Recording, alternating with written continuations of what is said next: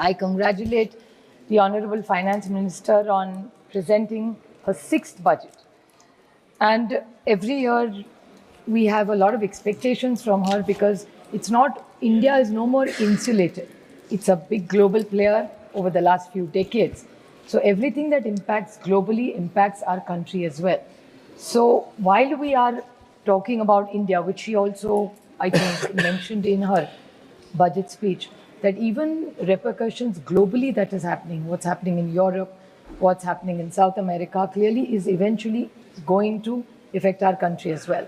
But I would like to make a small point before I get into the union budget, is that this is one more year after them making them a union territory against their wish, is we are passing Jammu Kashmir's territory bill and their demands of grants.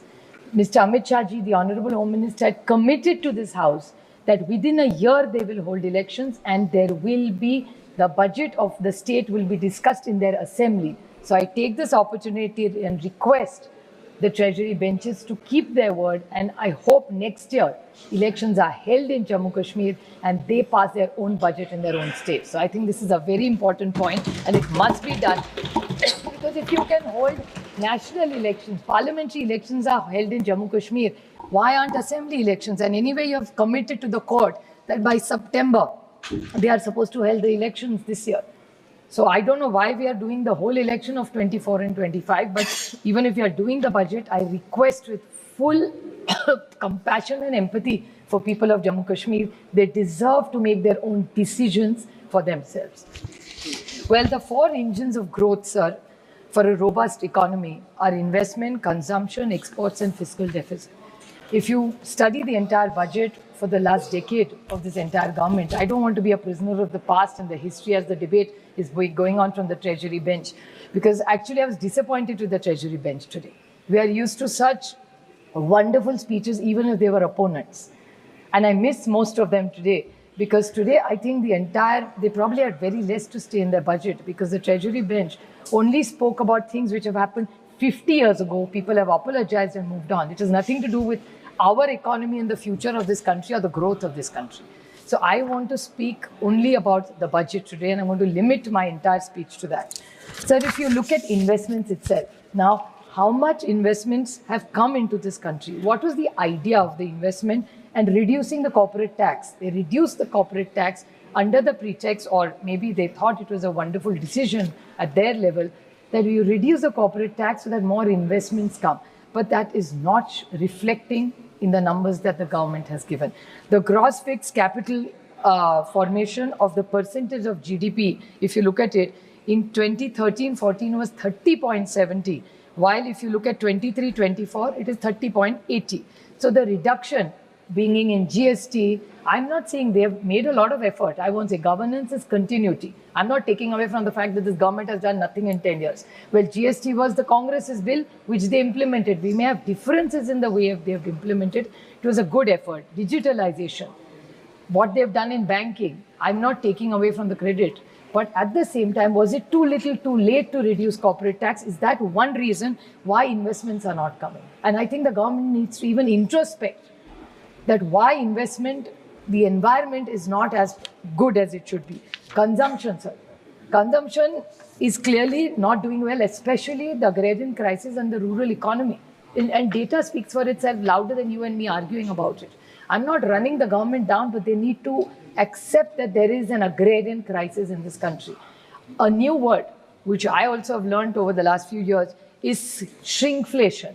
Sir, if you go into FMGCs, you will notice that all these big FMGCs have started a new product line, which is actually called, what is shrinkflation? Is shrinking, showing the inflation and shrinking. So if the biscuit is for 5 rupees, there were 5 biscuits in it. Now there are 4. The size of the biscuit the packaging has become less. You look at any big company, be it Levers, be it Godrej, all the big boys, they have started this new concept of shrinkflation.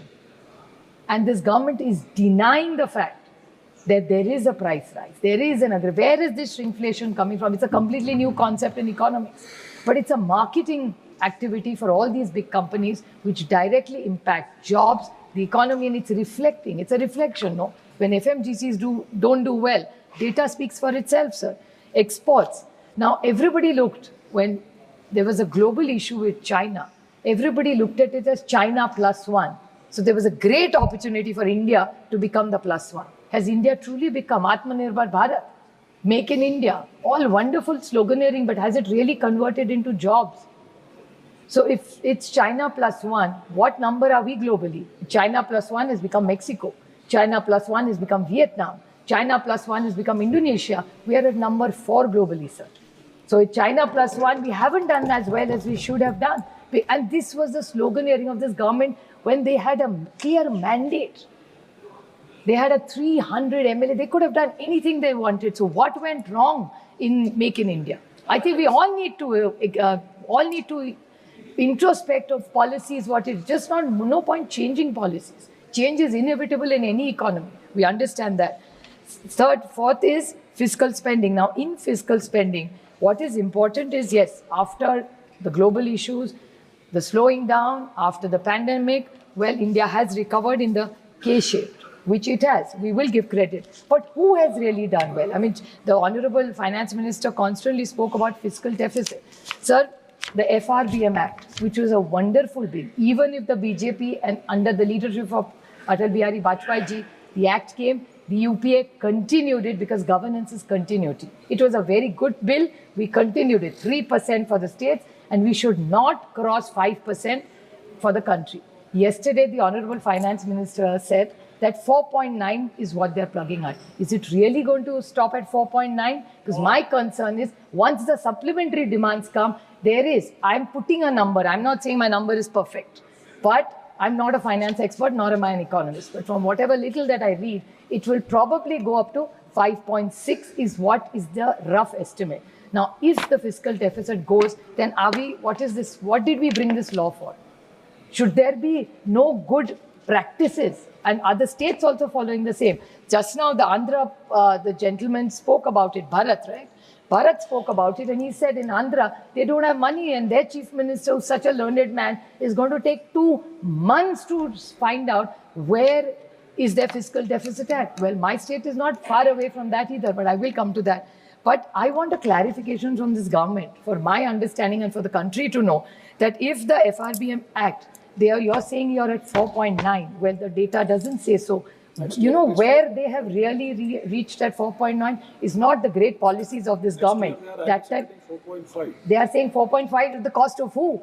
How are you reaching that 4 number? Because this is not the policies. Then Modi government and now NDA government as they call themselves.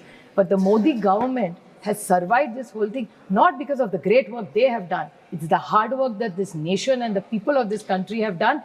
And the credit goes to the RBI. Actually, with this whole, or the entire house should thank the RBI and the governor, Shri Shaktikant Das, who gave them a dividend of 2 lakh crores. That's why they are at 4.9. Otherwise, they would not have been at 4.9. So this is something very important. I think we should really thank the RBI, who's done a wonderful job and actually saved this government. It is not their credit. It is the RBI's credit and the right and good policies that they have managed to come here even at 240. Otherwise, they would have not reached there, sir. Another question, which my colleague Dayanidhi Moran very rightly put up, is about the census. When are we going to reach? I don't see anything about the census in this entire budget. Now, 2-3 questions I want to ask them, very pointed. I'm not criticizing them, I'm just asking them. Sir, they talked about women and how much more they want to do and how they've got the women reservation bill, which is still not implemented. But unless you do the census, how are you going to implement the bill is my first question. Second, delimitation.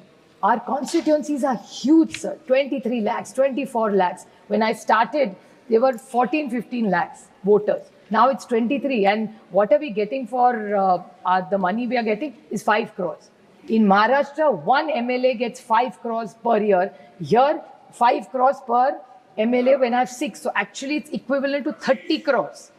So the 6 crores per MLA, we are getting 5. So unless you do this delimitation, how are we going to manage through? So is the government thinking of doing this and where's the funding for it? And the other point is MP lads. Either you increase them or stop them.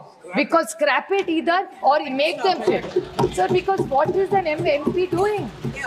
So what are we achieving? My MLA gets for 5 crores. I am also getting 5 crores. His is 3. Today, 15.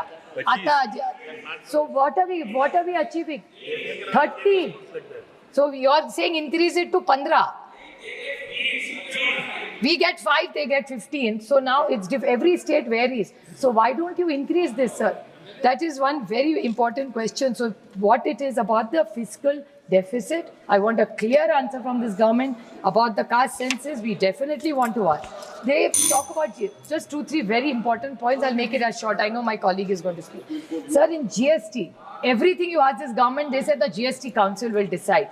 I want to ask 2 very small questions to the Honorable Finance Minister. That the Income Tax Department has unearthed one huge fake money changing. There are companies which have input tax credit. Now, input tax credit under the goods and services tax, it's like some thousands of crores of a scam. Now, what has this government done to make sure such scams don't happen? What are the checks and balances? Anything you ask this government, they will say, oh, it goes to GST Council. Now, I have a problem in my state, sir. Your state, you may not have that problem because I don't know what your finance minister does. But unfortunately, in Maharashtra, our finance minister, which data says, never attends the GST Council meeting. So my state is always unheard. So what is the plan B for it? If a finance minister does not attend GST Council meetings, Maharashtra is never heard. So I want some justice for that and a solution for that.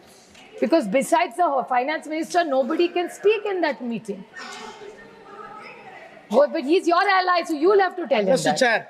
So that's one very important thing. Sir,